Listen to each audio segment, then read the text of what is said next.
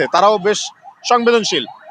আশা রাখি এমন কোনো অনাকাঙ্ক্ষিত ঘটনা ঘটবে না। তবে যারা বিচ্ছিন্নতাবাদী এবং দেশে অরাজনৈতিক অস্থিতিশীল অবস্থা তৈরি করতে চায় তাদের একটা থ্রেট, যেটা হচ্ছে একদম ডিরেক্টলি শহীদ ওসমান হাদি ভাইয়ের ক্ষেত্রে আমরা দেখেছি যে আজকে অলমোস্ট প্রায় 40 দিন মতো হয়ে যাচ্ছে যে শহীদ ওসমান হাদির বিচারহীনতার এখন পর্যন্ত আমরা যে তার বিচার পাই নাই, নিশ্চিত হয় নাই। এটাতে বোঝা যায় যে তারা বেশ সক্রিয়।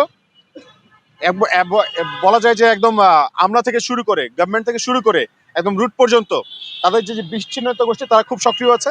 তো তাদের কাছ থেকে আমরা জনগণের যানবাহনের নিরাপত্তা নিশ্চিত করার জন্য আমরা হুঁশিয়ার থাকবো এবং আমরা আশা করব যেন জনগণ নির্বিঘ্নে নিশ্চিন্তে দুশ্চিন্তা মুক্তভাবে তারা ভোট কেন্দ্রে যেতে পারে এবং তারা ভোট দিতে পারে। আমাদের কনসার্নের বিষয় এখন সেটা।